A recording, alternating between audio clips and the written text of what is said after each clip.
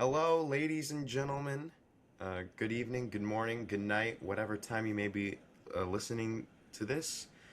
And welcome to the Rightly Guide episode 2. Today we're going to be discussing Venezuela, the Somali fraud, and the recent news of Mayor Mamdani's sworning in.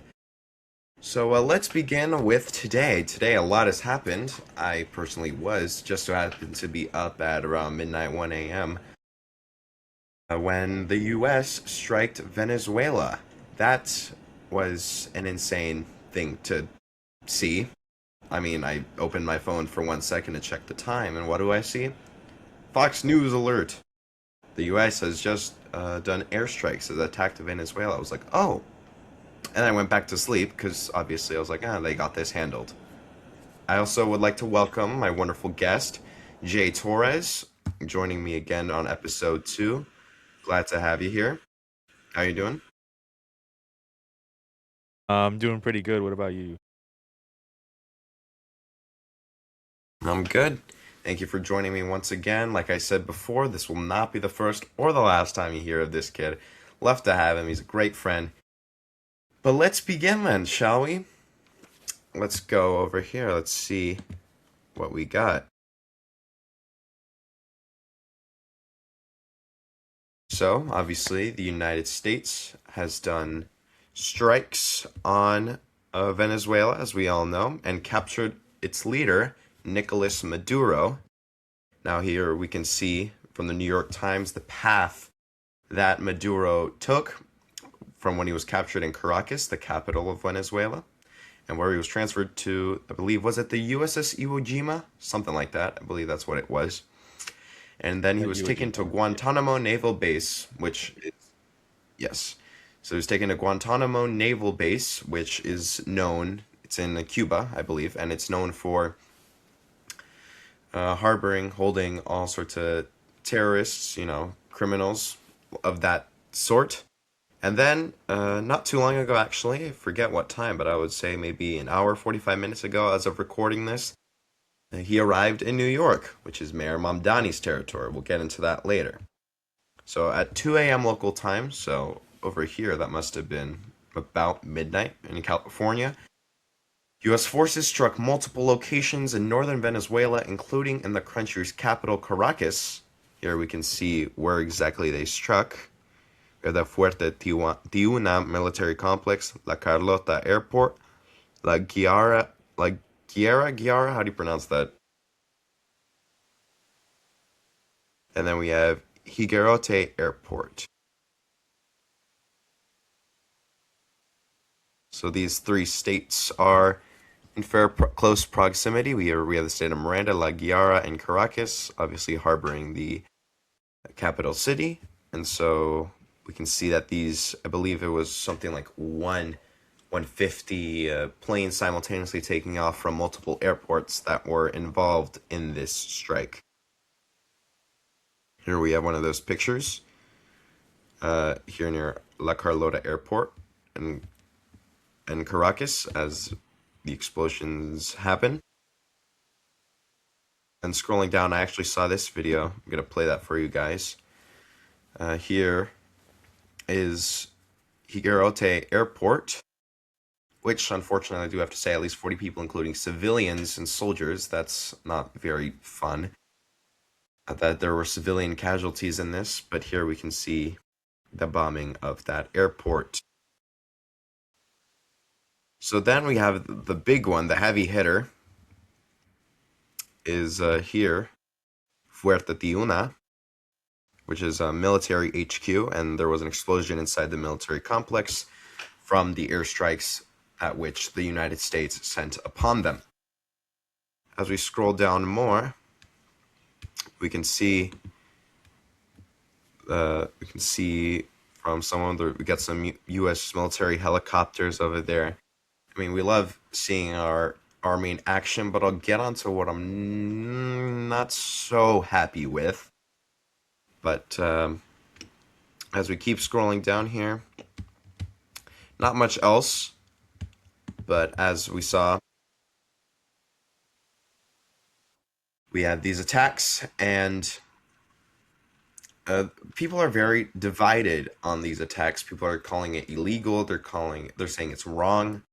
Now, Jada, what do you think? What's your opinion on the Venezuela attacks and the kidnapping, basically the kidnapping and and taking of Maduro?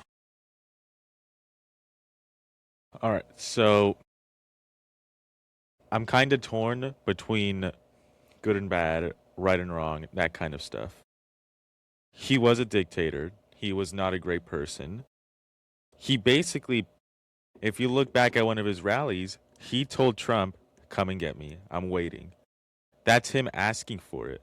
All right. So I mean, we technically gave him what he asked for. I'm not saying we should have necessarily bombed like the cities and all that in Venezuela, but I mean, he asked for it. I mean, come on, he said it directly. Yeah.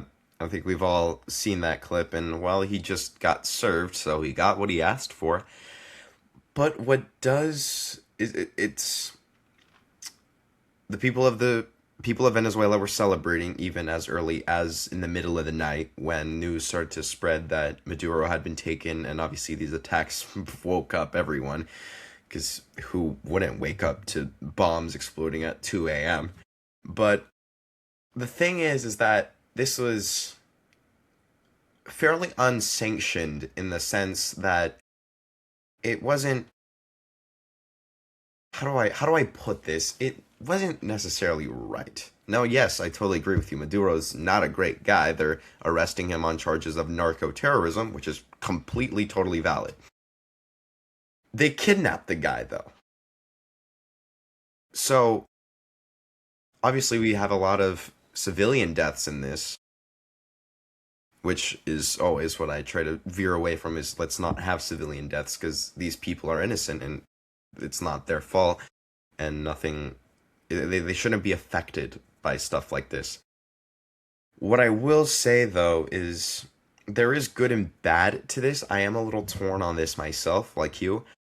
That part of me is like, absolutely, this is great. The U.S. military is strong. We know that. I mean, it's a common culture meme. I personally agree. We're the strongest country military wise, but again, it's just I'm not saying I side with any of the Dems who are condemning this, but it's just like, well, we could have done this a better way. Could have at least tried to negotiate, and if that didn't work out, maybe we go bomb them as a last resort. But the fact that we're just going in all gung ho, like, oh yeah, here we are, and pulling you out of your country. Like I said, once again, he's a terrible guy, but still, I feel like there could have been a better way to do this, and once again, with a lot of things in government these days, the execution was pretty poor in that sense. Wouldn't you agree? Yeah, I'd agree with you on that. And so now he's arrived in New York after his flight from Venezuela and is transferring from one ship to prison to airplane. So he's in New York as of not too long ago, as of recording this. And so now we await what happens next. And they already have his successor, which I thought was pretty interesting. And I also have a little more to add on the true reasonings behind why they just, had to get rid of him in that sense. But we have a girl named, is it Marina? Marina, Karina, something. I forget her last name. If you could possibly find that for me, I'd greatly appreciate it. Yeah, I'm But she doing was that the right now. winner of the Nobel Peace Prize. Great. But she was the winner of the Nobel Peace Prize, and everyone's like, well, who's this? Well, this is her. She's going to take the place of Maduro coming up. And so All right, I'm not I briefed got it. on her. I don't know what she's really like. I don't even, yeah. Let's see, who is she? So it's Maria Corina Machado. Um, so that's gonna be who most likely replaces Maduro, and until she replaces him, you have Delcy Rodriguez, who is the vice president. Same system as America, where if something happens to the president, the vice president takes over for a certain amount of time, however much they need to. She's saying that we need to release Maduro immediately. I don't know what she's threatening us with, but that's one of her first official statements since Maduro got captured by the U.S.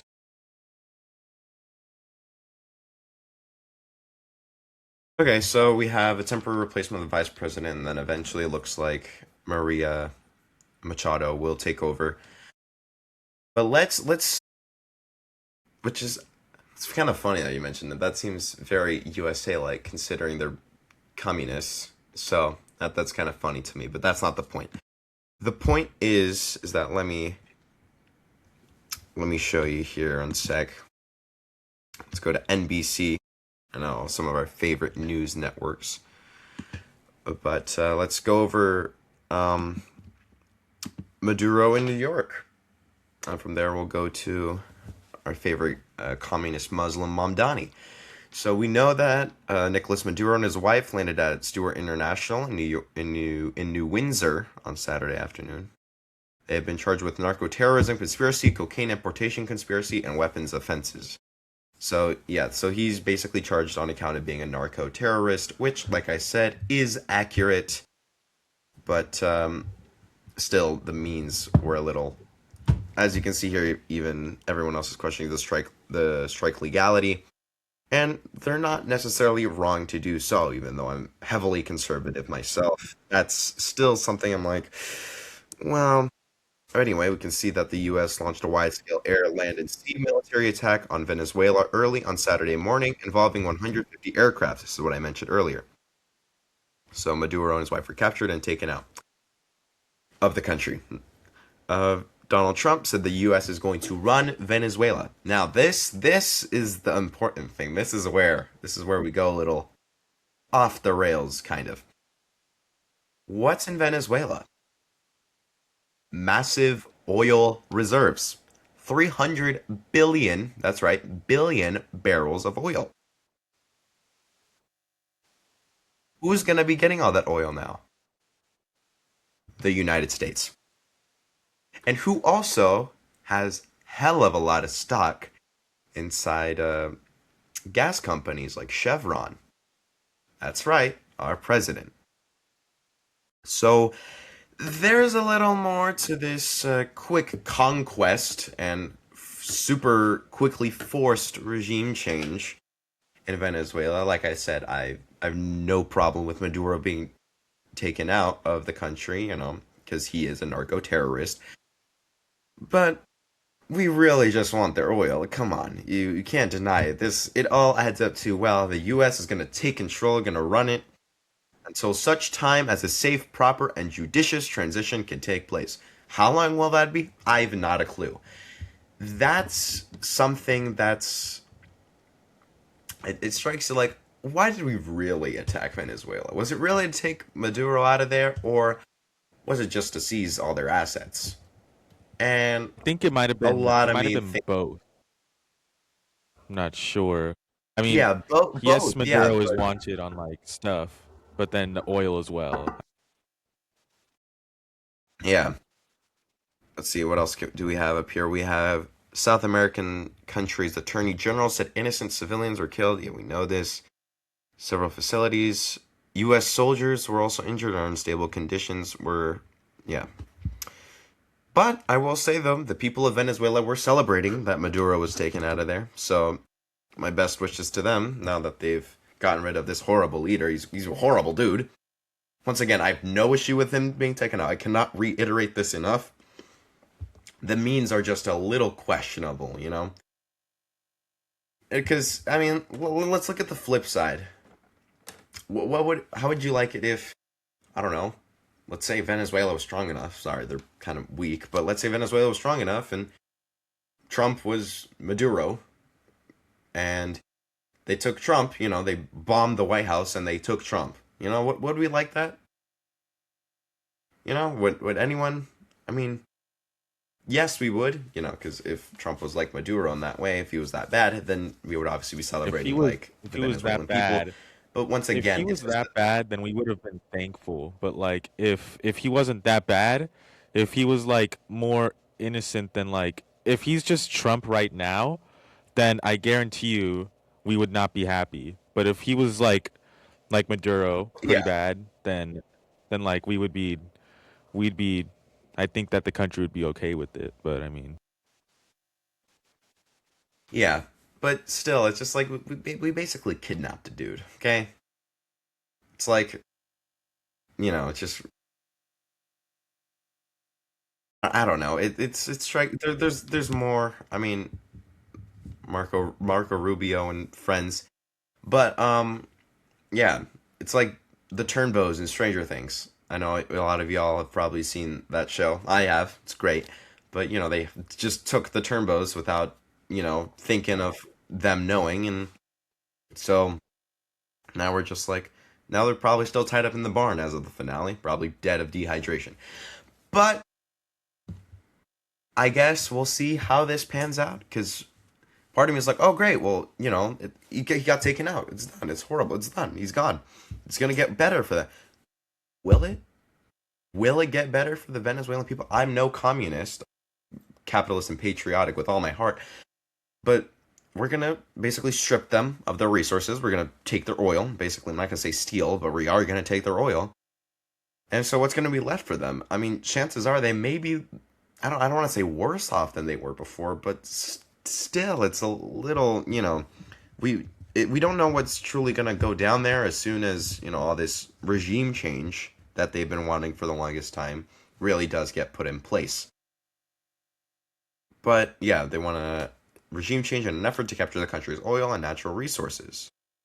So, but then we have the vice president also saying she later added that Venezuela stands ready to defend those resources. That's fun, you know. But I will say that I think as of right now, I think it's for the better, but we're just gonna have to see how things go in Venezuela after the leaders change, after everything is finished. Now, speaking of New York, where Maduro was taken, let's talk about the newly sworn in mayor as of January 1st, Zohran Mamdani, our favorite Muslim communist. Frick socialism, there's no difference. So, I mean, it's only been a couple days, so obviously there's not much for us to report on in terms of Mamdani, but I mean, he I don't have much faith in him. Let's be for real. I mean, Jaden, do you have any faith in this guy? we haven't really seen how he runs things yet. So again, we don't really have much to go off of as to like how he's gonna. Well, we know he's a democratic socialist, and that's how he's gonna run New York City. That's what he said. But like, we don't have much to go off of right now. So like, what he's actually gonna do with the power that he has right now. He hasn't really done much because he just got sworn in on Thursday, and it's Saturday right now, so it's like 2 days in. Um, I'm gonna say I have like little to no faith in Mamdani as of right now. People are already mad at him, and they're only mad at him because like he didn't like put food, drinks, or restrooms at the inauguration block party that he held. Mamdani supporters are mad because of that. Like I find that stupid, but like Yeah, I mean, let's be for real. Like, I come from a family who lived through communist times. I'm pretty damn sure that if people like my parents or my family say this guy is not good or bad and that this is not gonna go well, I trust them. I mean, maybe just a tad. But yeah, like you said, it's not been long enough. Remember a little while back, Trump said he was gonna help Mamdani with New York, obviously, because Trump's got like billions of dollars in real estate, so he does not want to see his country go to shit. Excuse me, but is his favorite city with most of his money. For it are the deal, it's totally New York. But I don't know. He's the first mayor to be sworn in on the Quran. Let's go on the religious side here. And now it's like, oh my gosh, well, so what? Well, let's think about what's in the Quran. Muhammad is married a 6-year-old and consummated their marriage at 9. Let's think about that for a second. Yeah, you heard that right. Married a girl, a 6-year-old, a 6-year-old who's as tall as my legs, if that, and consummated their marriage at night. Now, if you don't know what consummated means, I'm not gonna. I encourage you to just go search up the meaning yourself.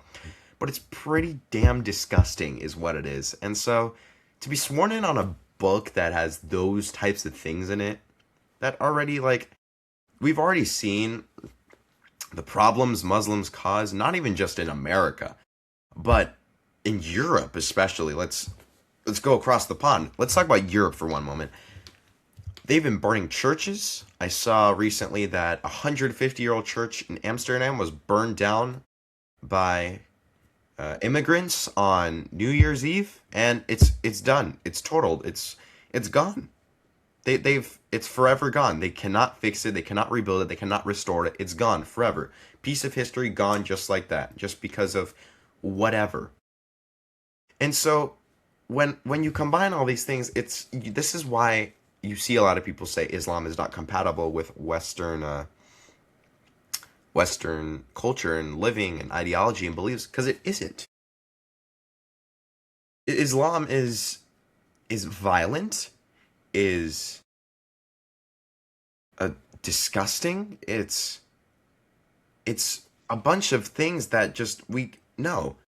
The West is built on Christianity. Yes, you can be whatever religion you want to be. And again, I don't hate all Muslims, but when it comes down to it, when it's this giant a problem, it's just not good. And it's only gonna get worse. Now, jumping back across the pond to our home country, the US of A, I don't know, having a mayor built on those types of beliefs, I mean, I'm not saying he's gonna blow up the Empire State Building, knock on wood, but I mean, let's be for real here for one moment. I mean, he's basically gonna turn New York into a communist regime, and it's gonna be bad. I have no other way to say this. We know communism. Oh, but communism has never truly been executed. It has. Many, many. Did it work a single time? No. So why? New York forgot 9/11, and that's where I'm going to end off on Mamdani. I mean, best wishes to New York. They're going to need our thoughts and prayers. I'm going there in March for a little bit, so I'll possibly be able to report on how it is if I'm able to experience it long enough. Anything to say on anything closing on Mamdani? Not really, just pray for New York, I guess.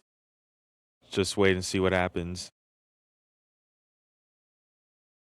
Also, I got a video playing. Yeah. Maduro has All just right. arrived in Manhattan. Okay, yeah, so not too long ago, as of recording this at 4:41 p.m. on January 3rd, he is actively, well, 7:41 p.m. there. He is actively in Manhattan, so we'll see where that goes. Maybe we'll have an episode coming up soon on what's up with Maduro. Now, moving on to my favorite and the most hilarious things of recent events. Great old state of Minnesota. Oh my gosh. What the hell happened? Governor Walz, what are you doing? There's no other way to put this. Nick Shirley, the YouTuber, or YouTuber? Yeah, let's just go with that. I'm pretty sure at this point we've all seen his video posted on X, YouTube, Instagram, everywhere of the Quality Leering Center. Or give a round of applause to those people. Receive it. These types of places receive million dollars here, three there, five there, issued for like 100 kids. Not a single soul. And Quality Leering Center, now they've changed the name to Quality Learning Center and have people coming in and out, you know. But it, how does this happen? I mean, at this point, I'm convinced Walls is just doing it on purpose. Now I see why Trump called him what he called him a little while back. Because before I was like, oh, well, that's just, come on, why are we doing this? But now looking at it, I'm like, yeah, that's well deserved. I'm sorry. And to think that that guy would have been our vice president under Harris is scary. It's scary to think about. Because you got millions of taxpayer dollars are going to nothing. They're going into the pockets of Somalis who are committing fraud. Now, my thing is, well, why aren't they like pursuing these people? You know, like where's the prosecution? I don't know if they are. I haven't seen anything on their prosecution. I hope they do get prosecuted because what they're doing is literally illegal. It is literally fraud. It's scam. It's something to be prosecuted for. Like, let's bring up Quality Leering Center up again. So they were basically, I heard that they were closed. But then some guy came out and said they were open. But no one was there. But now it's fully functional, but it's closed. It's not, their stories are not consistent, and it's hilarious that it just doesn't make if, sense. if you're gonna at least lie, keep your story straight. Yeah. Oh, and the cherry on top, the hypocrisy of this whole situation. Tim Walz came out with a statement. It was like something along the lines of basically, I'll just reword it for you. The revealing of the Somali fraud in my state is white supremacy. What are we doing? White supremacy? Just because the people in your state, the immigrants, the illegals and the non-illegal immigrants, and the Somalis, mind you, this Minnesota flag is, I call Minnesota mini Somalia at this point. But just, oh my gosh. This is white supremacy. Revealing that some people are breaking the law is white supremacy. You know, and are we for real? Like, are we dumb or are we dumb? And the fact of the matter is, people are out here believing it. Now, this is one of those situations where it's so ridiculous that there's literally like 99% of people I'd like to say would be with me saying, yeah, no, get these guys out of here. And I mean, honestly, anyone who's committed a crime can be sent back to their home country, you know. But it's amazing how this is all under his nose. Or I'm actually just convinced that he's doing this on purpose or something. Something's not right here. Something smells very fishy, and it's super suspicious because how are there this many institutions that are not being checked on? They're just like, oh, you exist? Okay, well, here's $1 million, you know? Like, to the point where it just becomes a giant internet meme. You know something's insanely stupid when it's a giant internet meme, right? But it's incredible what's happening in these Democrat-run states. I mean, just look at California. We're deteriorating fast, and to the point where like, it's not a very fun time. If Chad Bianco does not win governor next year, we're basically cooked. I mean, there's no other really great candidate. You know, at least Newscomb can't run again because he served his terms. He's destroyed California enough already. When he destroyed it enough 2 years ago, 3 years ago, he destroyed it enough in his first term. But yeah, these idiots elected him, so here we are. Welcome to California. city of bad funding and bad spending, because billions of dollars for that railway are missing, gone. Not a single track laid, and billions and millions more missing just in action. They're just MIA. Like, wait, where'd all this money go? Probably the pocket of New Scum himself, you know? And tell me why Nancy Pelosi, a politician who makes 100 grand a year, you know, six figures, that's good, is worth $180 million. JD, could you enlighten me and tell me why that is? Honestly, I don't know. I think like one of the only reasonable explanations is that she's pocketing money from somewhere. It's coming from somewhere, and it's probably not coming from her paycheck. That's all I'm gonna say. I mean, Yeah, same with like a lot of other yeah, politicians, that's clear. like Newsom. I mean, Yeah, I saw something. It was something crazy, like her investments had gone up like 1,000% yield or something like that. It was close to that. I couldn't tell you the exact number, so don't take mine with a grain of salt, but it was around there. A fake Time magazine news cover that I thought was hilarious said Pelosi, side trader of the year. Trader as in just giving money among the circle of whoever, you know, the elites of California. And yeah, so I mean, money, isn't it? What goes around comes around. Doesn't come around to us, but yeah, you can afford to give a couple millions to these scummy politicians. But yeah, it's insane that Somali fraud, this level of fraud is happening in Minnesota, heck, anywhere. Like, and at that level, like, seriously, no one's looking after that. No one's checking that. It's sad. It's bad management. I always like to consider California the best state, but worst management. Minnesota might be a close second. I've also heard call it people are moving out of Colorado. I don't know much about Colorado. Obviously, I'm not from there. I never been there, so I don't know much about Colorado, but that might be something I'm looking forward to in the future. And what's funny, circling back up to Minnesota, Charlie Kirk, he mentioned about Minnesota. Put out a post once, and I think it was X, Twitter, whatever the heck. Keep an eye on Minnesota. God rest his soul, would you look at that? Right? Once again. Well, we kept an eye on Minnesota, and we shown all the frauds and the scam. So it's amazing what a couple people, what a guy with, what a 23-year-old with an iPhone can do, you know? Reveal government fraud. Wonderful. Now, are there anything else you can think of, Jaden, that's happened as of recently?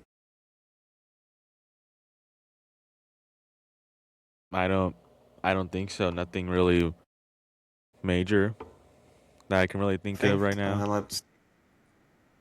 Yeah, circling back, giving myself a quick thought. If there's anything I missed at all, let's see. Ah, there is something. This is circling back to Mamdani. Remember way back when everyone was calling Elon Musk a Nazi because he did this, you know, you put your heart, my heart goes out to you, you know, Oh cut it out of yeah, all context right. as they always do. Mamdani did the exact same thing. Not an eye was batted to it. That, my friends, is what we call a hypocrite. Those are what we call hypocrites. Plural. So, Mamdani basically did the same thing. Not basically, he did do the same thing. But it's no issue when a Democrat does it, but when anyone affiliated with Elon, which is funny because he kind of sort of switched sides when they had that little argument on X a little while back over the summer, I believe. But since then, he's just kind of been chilling. He's the richest man on earth, so who the hell cares? But it's it's just kind of like, are we come on, it's so stupid. That it was stupid back then, but if you're gonna make a fuss about it back then, you make a fuss about it again, you know. So just doing nothing for that is just kind of crazy to me. But I mean, I'm employed, so I don't care much about that. I just think it's very hypocritical, which is obviously what the Democrat Party is. They are the party of hypocrites and unacceptance and intolerance, if those are even real words. But yeah, so Maduro's in Manhattan. More updates to come out about him coming up. We have Mamdani as mayor, coming up to see what he's going to do to the great city. And finally, we have the Somali fraud, which comes as a result of an acoustic governor. And with that, my friends, if there's anything at all we missed, let me or him know, and we'll gladly address it in our next episode. And with that, thank you for tuning in to the Rightly Guide. And with that being said, this was your host, Silayi, and our guest, Jay Torres. And I'll see you guys in the next one. Goodbye. All right.